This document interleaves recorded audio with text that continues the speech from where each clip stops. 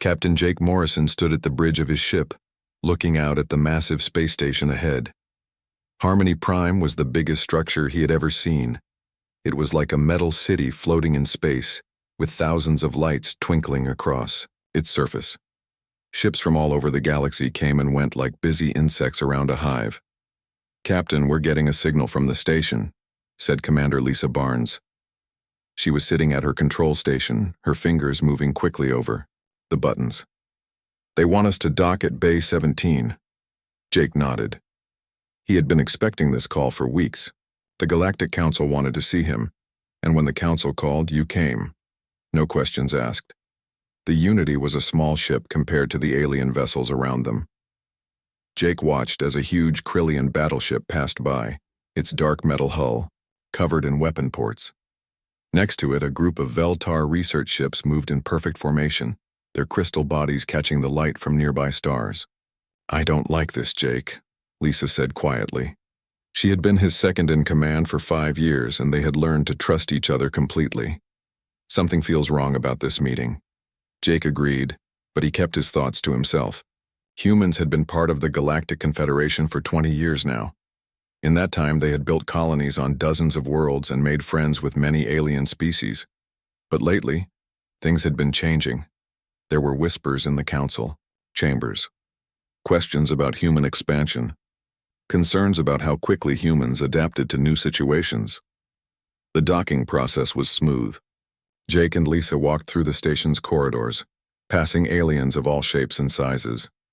Tall, thin Arcturians with their blue skin and large eyes. Short, stocky dwarven miners from the outer rim. Even a few of the mysterious shadow people, though they stayed in the darker corners where the light couldn't reach them. The council chamber was enormous. The ceiling was so high that Jake couldn't see the top, and the walls curved away in all directions. 12 different species had seats in the chamber, arranged in a great circle. At the center was a raised platform where visitors could stand and address the council. Jake felt small as he walked to the platform. Around him, hundreds of alien eyes watched his every move. Some were curious, others looked worried, a few seemed angry. "Captain Morrison," said a voice that sounded like wind, chimes in a gentle breeze. Jake looked up to see the Vorthak Prime Minister rising from her seat. Zixthul was tall and thin, her body made of what looked like living crystal. Light moved through her like water, creating patterns that changed with her emotions.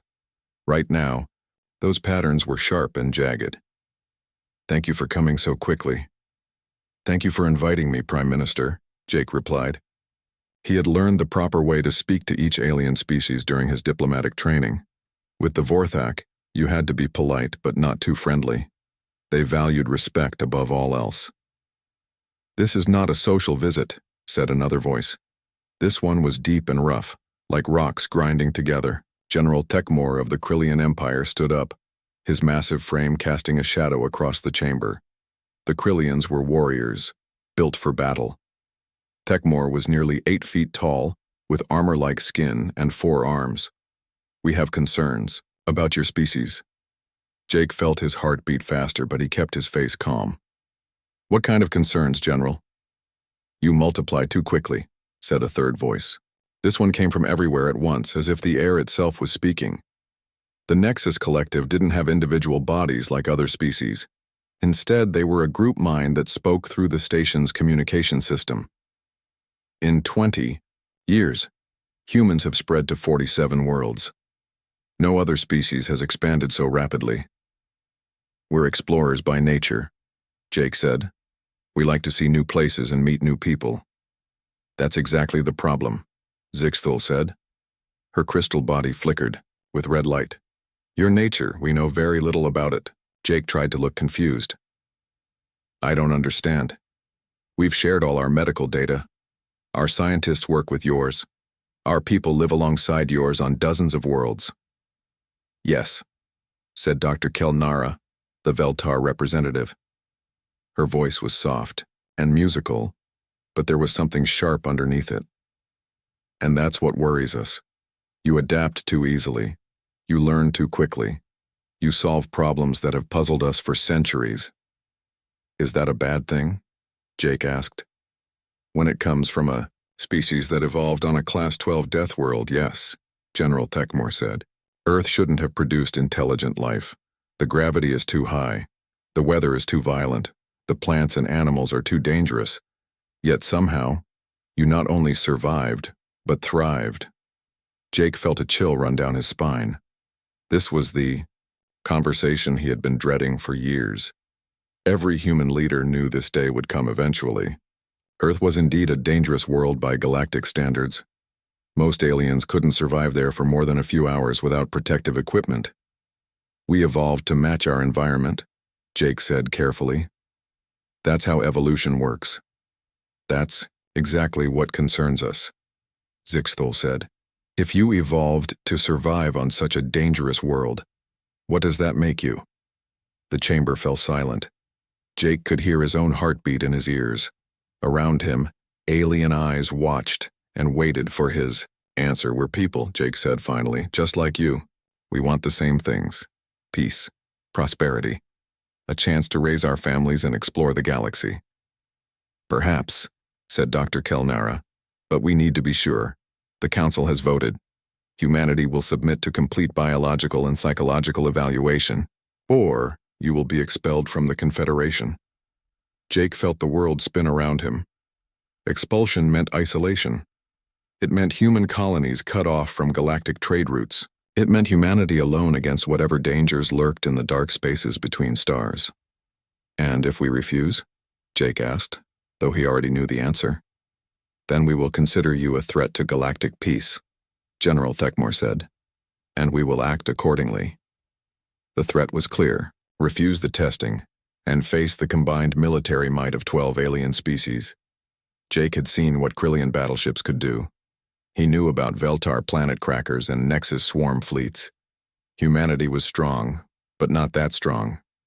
I need to consult with my government, Jake said. You have 72 hours, Zixthul replied. After that, we will consider your silence as a refusal. Jake bowed politely and turned to leave. Lisa fell into step beside him as they walked back through the station's corridors. Neither of them spoke until they were safely aboard the Unity. No, Lisa said as soon as the airlock sealed behind them. They suspect, Jake corrected. If they knew, we'd already be dead. Jake made his way to the ship's communication room. This message was too important for normal channels. He activated the quantum entanglement communicator, a device that could send messages instantly across any distance. Admiral Adams, he said when the connection was established. This is Morrison. Code 7 may be necessary. On the other end of the line, General Paul Adams was quiet for a long moment. Jake could almost see the old soldier's face, weathered by years of difficult decisions. Understood, Captain, Adams said finally. Prepare your people. If Protocol 7 fails, we'll need every advantage we can get. Jake ended the transmission and leaned back in his chair. Protocol 7 was humanity's deepest secret. For 20 years they had hidden their true nature from the galaxy. Now the aliens wanted to see what humans really were. Jake just hoped the galaxy was ready for the answer. 3 weeks later, a massive alien fleet appeared in Earth's space. Dr. Karen Wright watched from the observation deck of Luna Base as ships from across the galaxy took positions around Earth's moon. The sight made her stomach twist with worry. In all her years as Earth's chief xenobiologist, she had never seen so many alien warships in one place. Impressive, isn't it? Said a musical voice behind her. Dr. Kelnara approached, her Veltar form moving with the grace of a dancer. The alien scientist was beautiful in a strange way, with skin that seemed to be made of flowing silver and eyes that changed color with her mood. Right now, those eyes were a deep blue that Karen had learned meant curiosity. Intimidating is more like it, Karen replied, not taking her eyes off the fleet. She counted at least 50 ships, including several Krillian dreadnoughts that could turn Luna Base into dust with a single shot. The fleet is only here for protection, Kelnara said. Some council members were concerned about testing humans on their home territory. Karen turned to face the alien scientist. Protection from what? We agreed to your tests. We're cooperating fully. Yes, but Deathworld species can be unpredictable, Kelnara said.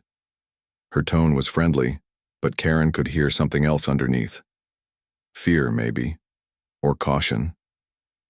Better to be prepared. The testing facility had been built in Luna Base's deepest levels.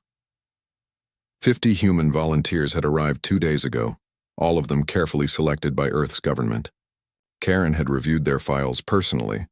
Marine veteran Sam Collins, age 32, with tours of duty on 3 different frontier worlds.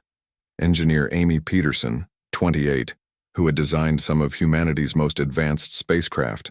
Former Special Forces operative Tony Martinez, 35, with a record of successful missions that was still classified. All of them seemed normal. All of them were taking their daily medications as prescribed. None of the aliens knew about the pills that every human took from childhood. The pills that kept certain genetic switches turned off. The pills that made humans seem peaceful and gentle to alien observers. "When do we begin?" Karen asked. "This afternoon," Kelnara replied. "I'm particularly interested in studying human brain chemistry. Your species shows remarkable adaptation abilities." Karen nodded, trying to look pleased. Inside, she felt sick. She knew what the aliens would find if they looked too closely. Humans weren't just adapted to their dangerous world. They were perfectly designed for it. Every system in the human body was built for survival against impossible odds. The testing room was a marvel of alien technology.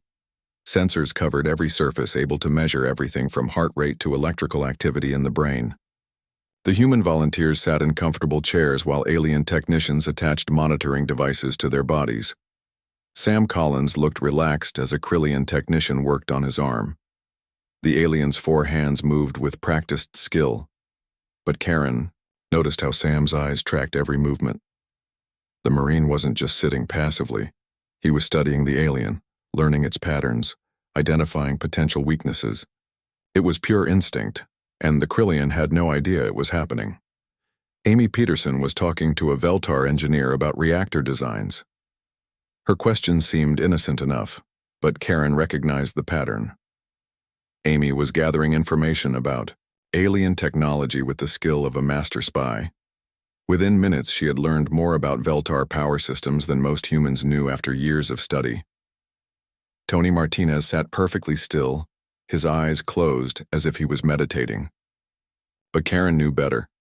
Tony was mapping the room, cataloging every exit, every potential weapon, every defensive position. His military training was so deeply ingrained that he couldn't turn it off even when he tried. "Fascinating," Dr. Kelnara murmured as she studied the readouts from her instruments. "Human brain activity is unlike anything I've seen. Multiple thought processes running simultaneously. Constant threat assessment. Pattern recognition at levels that should be impossible for organic minds. We're good at multitasking," Karen said weakly. "This goes far beyond multitasking," Kelnara replied. She pointed to a display showing Sam's brain scan. "Look at this. His mind is processing tactical information even while he's sitting still. Escape routes, weapon potentials, threat assessments. It's like he's constantly preparing for battle." A Krillian military observer stepped forward. General Korthvan was smaller than most of his species, but his reputation was legendary. He had commanded Krillian forces in a dozen successful campaigns across the galaxy. "Run a stress test," he ordered. "General, we agreed to begin with basic evaluations," Karen protested. "The basic tests are revealing nothing useful," Korthvan replied. "If you want to understand a weapon, you test it under pressure." Karen felt her blood run cold. "These are people, not weapons." "Are they?" the general asked. "That's what we're here to find out." Despite Karen's protests, the aliens activated a holographic scenario. The testing room transformed into a simulated battlefield, complete with enemy soldiers and the sound of gunfire. It was meant to measure human stress responses under combat conditions. Sam Collins reacted first. His body language changed instantly from relaxed to alert. His muscles tensed, his breathing slowed, and his eyes began tracking multiple targets with the precision of a computer. But the monitoring equipment showed something else. His brain chemistry was changing. Doctor, one of the Veltar technicians called out. The subject's adrenal system is spiking beyond normal parameters. Kelnara rushed to her instruments. What she saw made her step back in shock. Sam's body was producing chemicals that shouldn't exist in such quantities. His nervous system was accelerating, his reflexes sharpening to inhuman levels. "Shut it down," Karen said urgently. "Not yet," General Korthvan replied. "I want to see what happens next." Amy Peterson was showing similar changes. Her engineer's mind was analyzing the holographic environment, but not like a normal person would. She was seeing structural weaknesses, calculating blast patterns, identifying materials that could be turned into weapons. Her brain was working like a military computer. Tony Martinez had gone completely still. His vital signs were barely registering on the monitors, but his brain activity was off the charts. Whatever was happening in his mind, it was beyond anything the aliens had ever recorded. "This is impossible," Kelnara whispered. "No organic brain should be able to process information at these speeds." "Doctor, you need to see this," another technician called out. "The human's body chemistry is changing. It's like they're becoming different people." Karen knew what was happening. The stress test was triggering responses that the medication couldn't fully suppress. Millions of years of evolution were trying to break through the chemical barriers that kept humans docile. "Please," she begged. "Stop the test. You don't understand what you're doing."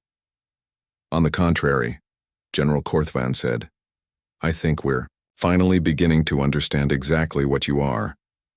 The holographic scenario intensified. Virtual enemies closed in on the human volunteers from all sides. For most species, this would trigger panic. For humans, it triggered something else. Entirely, Sam Collins moved, not like a frightened civilian, but like a predator that had finally found its prey. His movements were fluid, economical, deadly. He identified the strongest points in the holographic enemy's formation and began planning their destruction with the cold calculation of a master tactician. Amy Peterson's eyes lit up as she spotted a weakness in the room's construction. Her mind raced through possibilities, seeing ways to turn the testing equipment into weapons, the walls into barriers, the very air circulation system into a tactical advantage. Tony Martinez opened his eyes, and for just a moment, Karen saw something in them that made her blood freeze. It was the look of a hunter who had been hiding among sheep for far too long. The monitoring equipment began screaming warnings.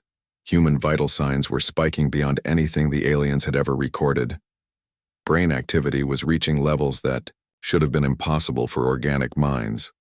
And most terrifying of all, the chemical suppressants that had kept humans peaceful were beginning to fail. "Shut it down now," Karen screamed. But it was too late. The aliens had wanted to see what humans really were. They were about to get their wish. The breaking point came without warning. One moment, Sam Collins was sitting in his chair, muscles tense but still controlled. The next moment, something fundamental changed inside him. The holographic enemy soldier raised its weapon toward Amy Peterson, and every instinct that had been buried for 32 years exploded to the surface. Sam moved like lightning. The monitoring cables attached to his body snapped as he launched himself across the room. His fist connected with the reinforced wall where the hologram projector was mounted. The impact should have broken his hand. Instead, the metal panel cracked and sparked. "Subject is exhibiting extreme physical responses," one of the Veltar technicians reported, his voice shaking. "Strength levels are impossible. The wall paneling is military grade." Dr. Kelnara stared at her instruments in disbelief. Sam's brain chemistry had completely changed. The gentle readings she had been studying were gone, replaced by patterns that looked more like a predator than a thinking being. But this wasn't mindless rage. Every movement was calculated, precise, deadly. "Amy, get behind me," Sam said, his voice calm despite what he had just done. Amy Peterson didn't question the order. She moved with the same fluid grace that Sam was showing, positioning herself in the safest part of the room without even thinking about it. "Fascinating," General Korthvan said. "The female responds to tactical commands instinctively. They're operating as a unit." Tony Martinez opened his eyes and stood up. The change in him was even more dramatic than in Sam.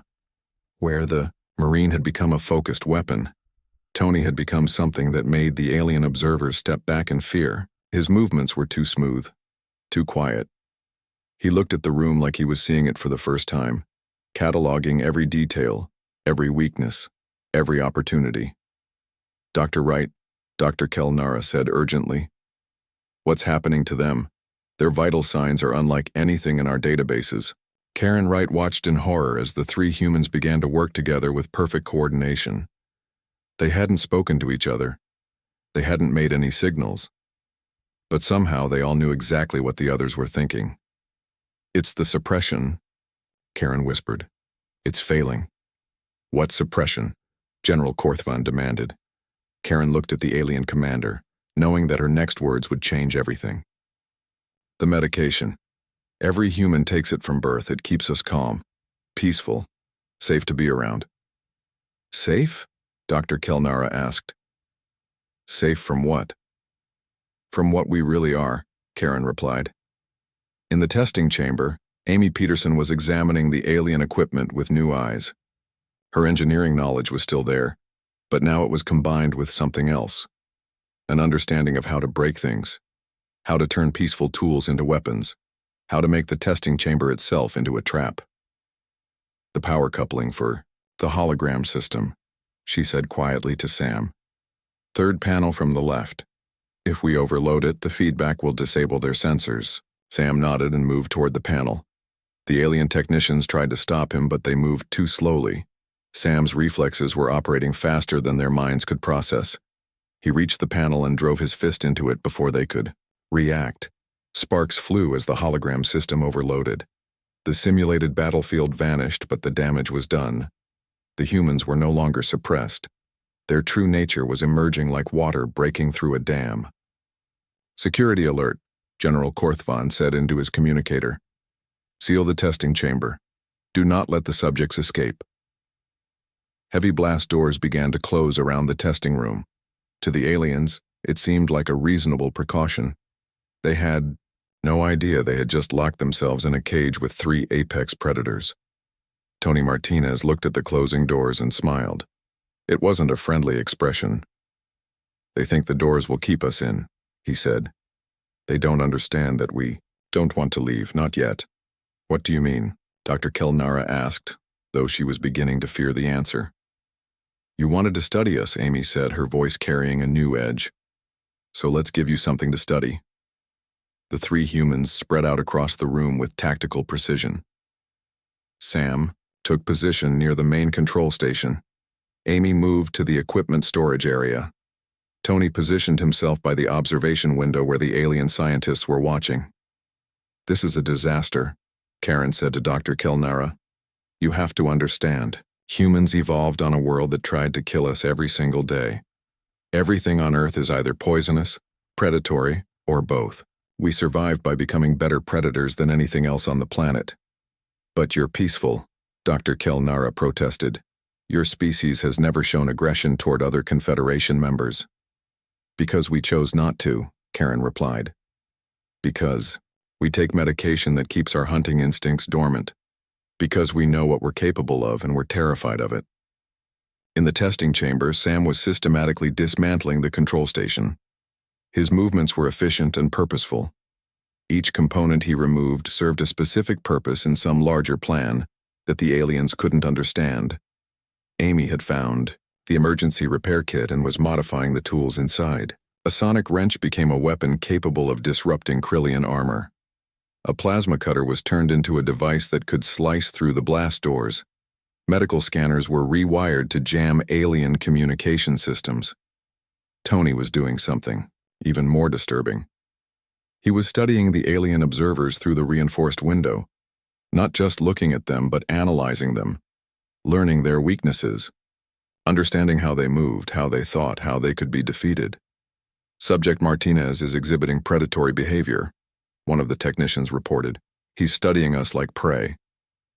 "Because that's exactly what he's doing," Karen said, quietly. "That's what humans do. We study our environment, we learn, we adapt, we overcome." Dr. Kelnara was recording everything, but her scientific excitement was being replaced by growing terror. The brain scans show incredible activity. They're processing information faster than our computers. How is that possible? Natural selection, Karen replied. On Earth, if you can't think fast enough, you die. If you can't adapt quickly enough, you die. If you can't fight when you need to, you die. We're the descendants of the ones who could do all of those things better than anything else on our planet. The testing chamber's environmental systems began to malfunction. Amy had found a way to turn the air recycling system into a weapon, flooding the room with gases that made aliens dizzy but had no effect on humans. The 3 volunteers moved through the toxic air like it was nothing. Impossible, General Korthvan muttered. Those gases should incapacitate any organic being. Any normal organic being, Tony said from inside the chamber. His voice came through the intercom with crystal clarity. But humans aren't normal, are we, Dr. Wright? Karen felt all eyes turn to her. The alien observers were looking for answers, for some explanation that would make sense of what they were seeing. Earth's atmosphere has been poisonous to most galactic species for millions of years, she said. The oxygen levels alone would kill most of you. We evolved breathing what you consider toxic gas. Our bodies process poisons that would destroy entire alien colonies. Sam had finished whatever he was doing with the control station. The testing chamber's defensive systems were completely offline. The blast doors that were supposed to contain the humans were now under human control. You wanted to test us, Sam said, looking directly at General Korthvan through the observation window.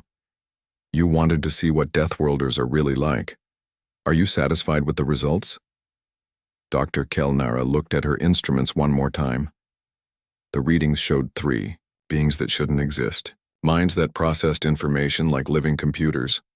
Bodies that could survive in environments that would kill anything else in the galaxy. Instincts honed by millions of years of surviving on the most dangerous world anyone had ever discovered. What have we done? She whispered. You've made the galaxy's greatest mistake, Karen replied. You've forced humanity to stop pretending to be harmless. The news spread across the galaxy like wildfire. Within hours of the Luna Base incident, every major news network was broadcasting footage of 3 humans systematically dismantling advanced alien technology with their bare hands. The video showed Amy Peterson turning simple tools into weapons that could cut through military-grade armor. It showed Sam Collins moving with speed that made Krillian warriors look slow. Most disturbing of all, it showed Tony Martinez analyzing alien weaknesses like a computer calculating mathematical problems. On the trading station New Geneva, Merchant Captain Ryan Clark was watching the news when the riots began. The station housed over 50,000 beings from across the galaxy, and only 300 of them were human. When the footage from Luna Base finished playing, the aliens began to panic. "Deathworld monsters," shouted a Veltar trader, his silver skin flickering with fear colors. "They've been hiding among us all this time." "How many other humans are on this station?" demanded a Krillian security officer. "We need to contain them before they snap like the ones in the test." Ryan turned off the news display and looked around, the bar where he had been having a quiet drink. Alien eyes were staring at him from every direction. Some looked afraid. Others looked angry. A few looked like they were planning violence. "Hey now," Ryan said calmly, raising his hands to show he meant no harm. "I'm just a merchant. I sell farm equipment and mining supplies. Nothing dangerous about that." "That's what they want us to think," said a Nexus Collective drone. Its mechanical voice carried the unified thoughts of 1,000,000,000,000 minds.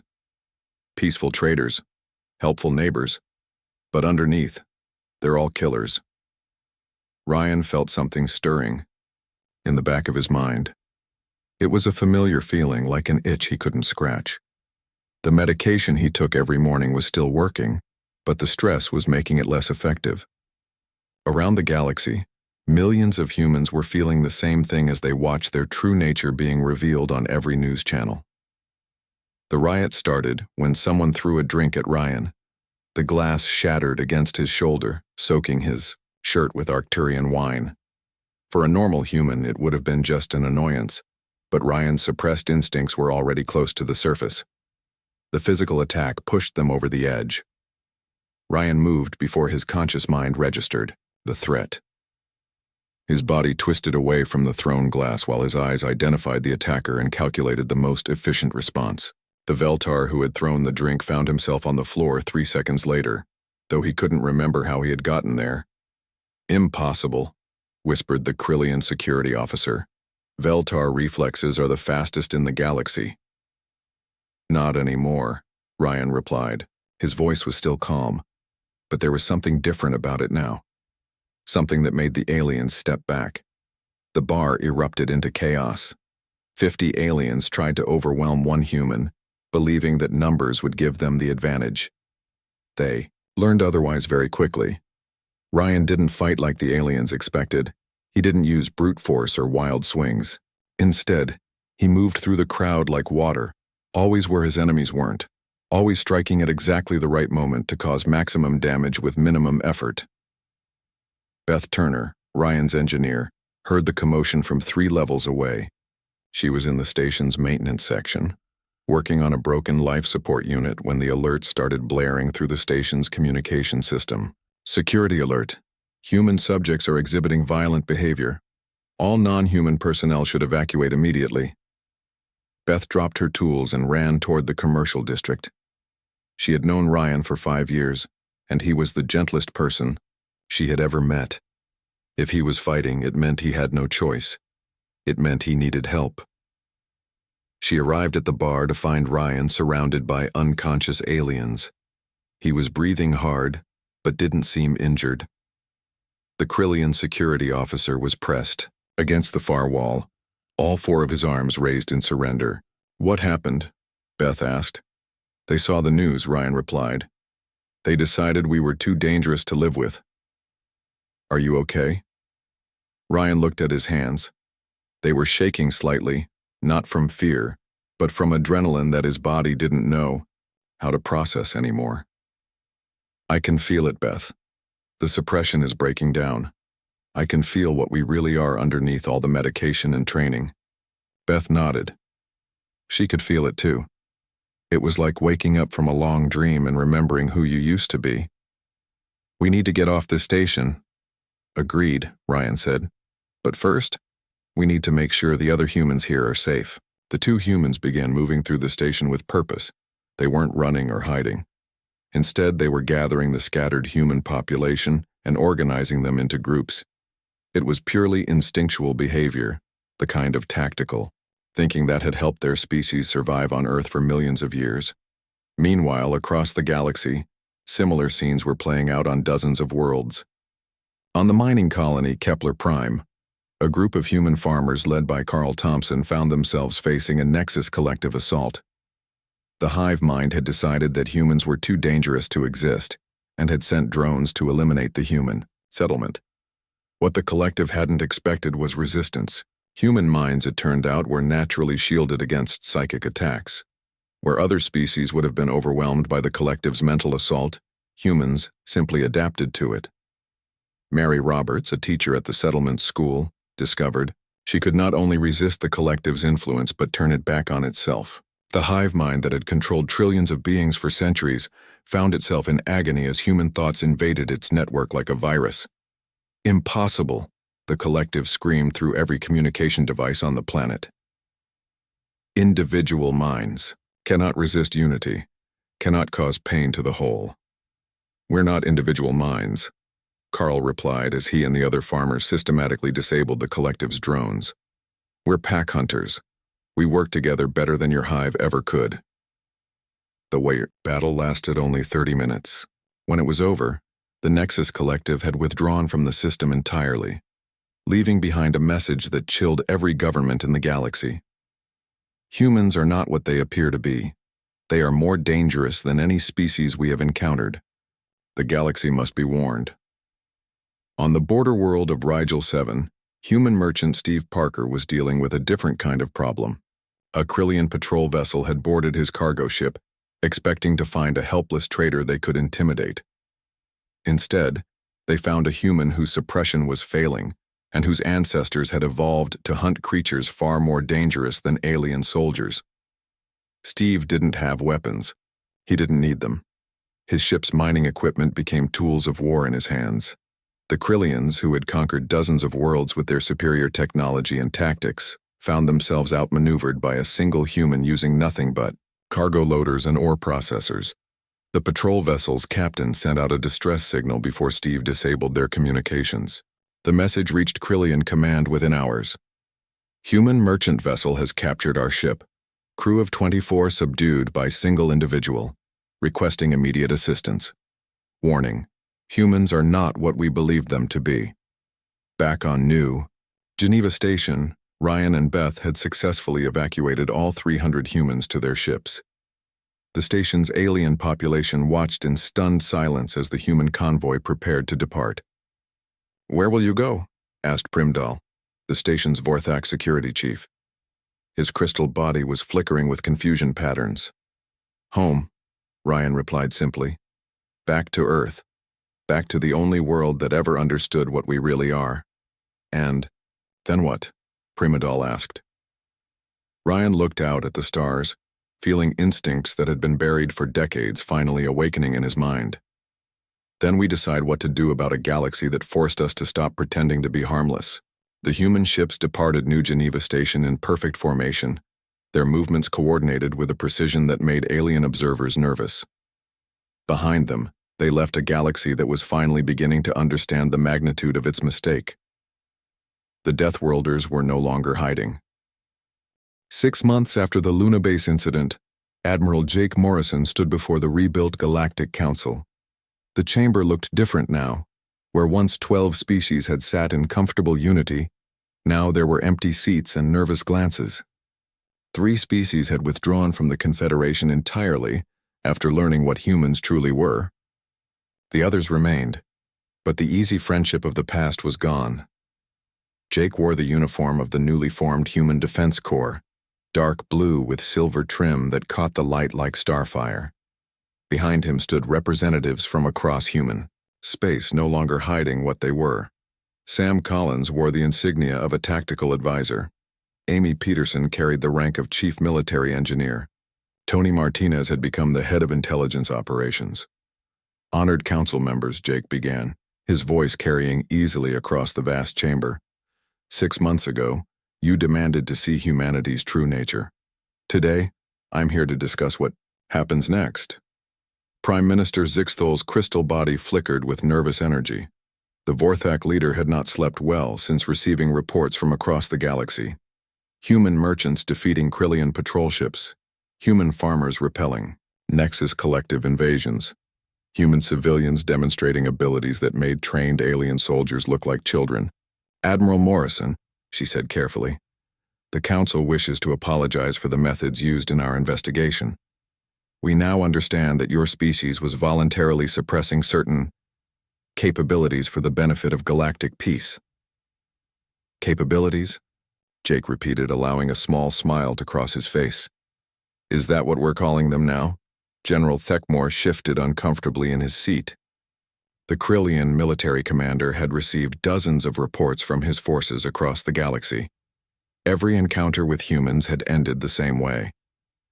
Krillian superiority meant nothing when facing beings who could think faster, move quicker, and fight smarter than anything in their databases. "We acknowledge that humanity poses no immediate threat to galactic security," Thekmore said, though the words clearly pained him. "Your species has shown remarkable restraint despite provocation." "Restraint," Jake said, turning to face the general. Directly. "Let me be clear about something. The restraint you've seen isn't mercy, it's calculation. We've been deciding what to do with a galaxy that declared us too dangerous to exist." Dr. Kelnara leaned forward in her seat. The Veltar scientist had spent months analyzing the data from Luna Base, trying to understand what she had witnessed. Her findings had terrified every government in the galaxy. "Admiral, our research indicates that the suppression protocols your species used were voluntary. You chose to limit yourselves. Why?" Jake was quiet for a moment, looking out at the alien faces around him. Some were curious. Others were afraid. All of them were waiting for an answer that would determine the future of galactic civilization. Because we knew what we were, he said finally. Earth didn't just produce intelligent life. It produced the most successful predators in galactic history. We evolved on a world where everything tried to kill us, and we not only survived but thrived. We became apex hunters in an environment that would exterminate most of your species in hours. He walked to the center of the chamber, his movement fluid and controlled. Even now, after months of exposure to unsuppressed humans, the aliens found something disturbing about the way humans moved. Too smooth, too purposeful, too much like predators stalking prey. When we joined the galactic community 20 years ago, we made a choice. Jake continued. We could either dominate through strength or integrate through voluntary weakness. We chose integration. We developed suppression protocols to make ourselves safe to be around. We became gardeners instead of hunters. And now? Asked the representative, from the Arcturian Republic. His blue skin had paled to almost white since the beginning of the meeting. Now you've forced us to remember what we really are, Jake replied. The suppression is failing across human space. Every day more of our people stop taking the medication that kept them docile. Every day humanity becomes more like what we were meant to be. The chamber fell silent. Jake could hear his own heartbeat, could smell the fear sense coming from a dozen different alien species. His enhanced senses were working perfectly now, no longer dulled by chemical suppressants. What do you want from us? Prime Minister Zixthal asked quietly. A new arrangement, Jake said. The old way is dead. You can't put us back in the cage you forced us to build for ourselves. But we're not interested in conquest. We're interested in purpose. He gestured to his staff. Sam Collins here has designed defensive strategies for frontier colonies that are under constant attack from space pirates. Amy Peterson has created weapons systems that can protect trade routes from raiders. Tony Martinez has identified threats to galactic security that your intelligence services missed completely. You're offering your services as protectors, Dr. Kelnera said, understanding dawning in her voice. We're offering to be what we've always been, Jake corrected. Guardians. Earth taught us to protect what matters. The galaxy has plenty of threats that your peaceful species can't handle. Dark space pirates who prey on shipping lanes, ancient automated weapons left behind by dead civilizations, hostile entities from outside our galaxy that probe our borders. General Thekmore stood up, his massive frame casting shadows across the chamber. And in return? Recognition, Jake said simply. Stop pretending we're just another member species. We're not. We never were. We're the predators who chose to protect the prey instead of hunting it. Give us the frontier worlds where normal species can't survive. Let us patrol the dangerous regions where your ships fear to go. Allow us to do what we were born to do. And if we refuse? Asked the Nexus Collective through the chamber's speakers. Jake's smile was neither kind nor cruel. It was the expression of a being who had already calculated every possible outcome and found them all acceptable. Then you deal with your own problems, he said. The human colonies on the frontier worlds will defend themselves. The human traders in the dark lanes will protect their own ships. The human settlements in dangerous space will fight their own battles. We'll survive because that's what we do. But the galaxy will be a much more dangerous place for everyone else.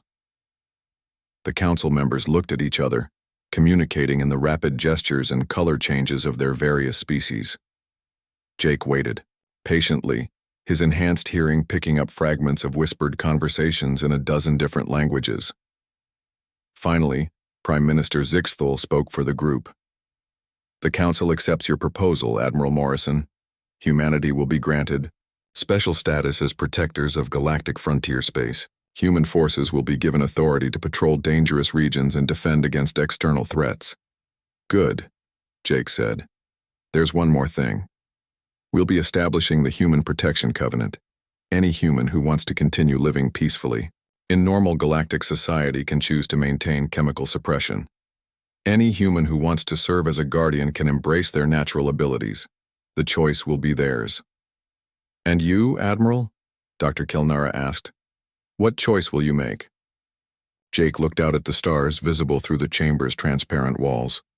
Somewhere out there, in the dark spaces between galaxies, ancient threats waited. automated war machines from dead civilizations, hostile entities that saw all organic life as a disease to be cured, pirates and raiders who preyed on the peaceful species of the galaxy. "I've already made my choice," he said. "I'm going back to what humans were meant to be, a guardian standing between civilization and the dark." As Jake and his staff left the council chamber, Dr. Kelnara turned to her colleagues. "Have we made the right decision?" Prime Minister Zixthal watched the humans disappear down the corridor, moving with the fluid grace of natural predators finally free to be themselves. "We made the only decision we could," she replied. "We forced them to stop pretending to be harmless. Now we have to live with the consequences." In the months that followed, human ships began patrolling the galaxy's most dangerous regions. The pirate attacks that had plagued shipping lanes for decades suddenly stopped. Ancient automated defenses that had menaced explorers for centuries went silent. The dark spaces that had been no-go zones for galactic civilization became safe for travel. The galaxy learned to sleep peacefully, knowing that humanity was standing guard in the darkness. The Deathworlders had found their purpose at last,